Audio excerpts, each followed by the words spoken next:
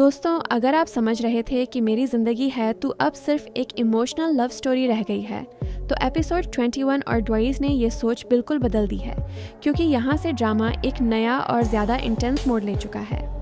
Episode 21 की शुरुआत ही heavy emotions के साथ होती है, जहाँ हर किरदार अपने अंदर एक जंग लड़ता नजर आता है। आयरा के चेहरे पर कंफ्यूजन और खावर की आंखों में गुस्सा और दर्द दोनों साफ नजर आते हैं, और यहीं से दर्शक को महसूस होता है कि अब फैसलों का वक्त आ चुका है। एपिसोड 21 का सबसे स्ट्रॉन्ग पॉइंट खावर का वह रॉ और इमोशनल रिएक्शन है, जहां वह सिर्फ बोलता नहीं बल्कि अपनी खामोशी से भी बहुत कुछ कह देता है।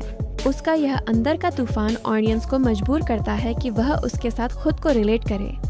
दूसरी तरफ आयरा का किरदार भी अब वीक नहीं लगता, बल्कि पहली दफ़ा वह अपनी ज़िंदगी के लिए खुद सोचती हुई नजर आती है, जो इस ड्रामे का एक बहुत इम्पॉर्टेंट टर्निंग पॉइंट है।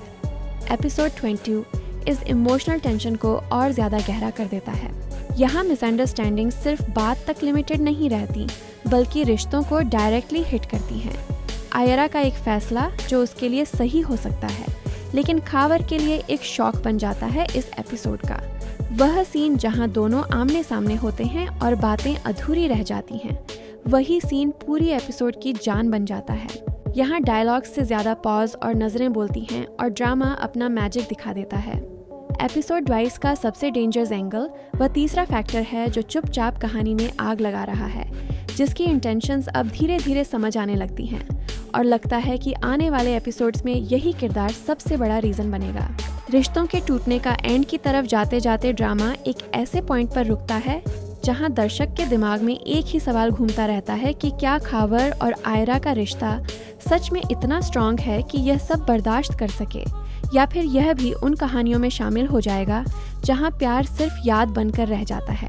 ओवरऑल एपिसोड 21 और 22 ने मेरी ज़िंदगी है तू को एक मैच्योर और इमोशनली पावरफुल ट्रैक पर ला दिया है।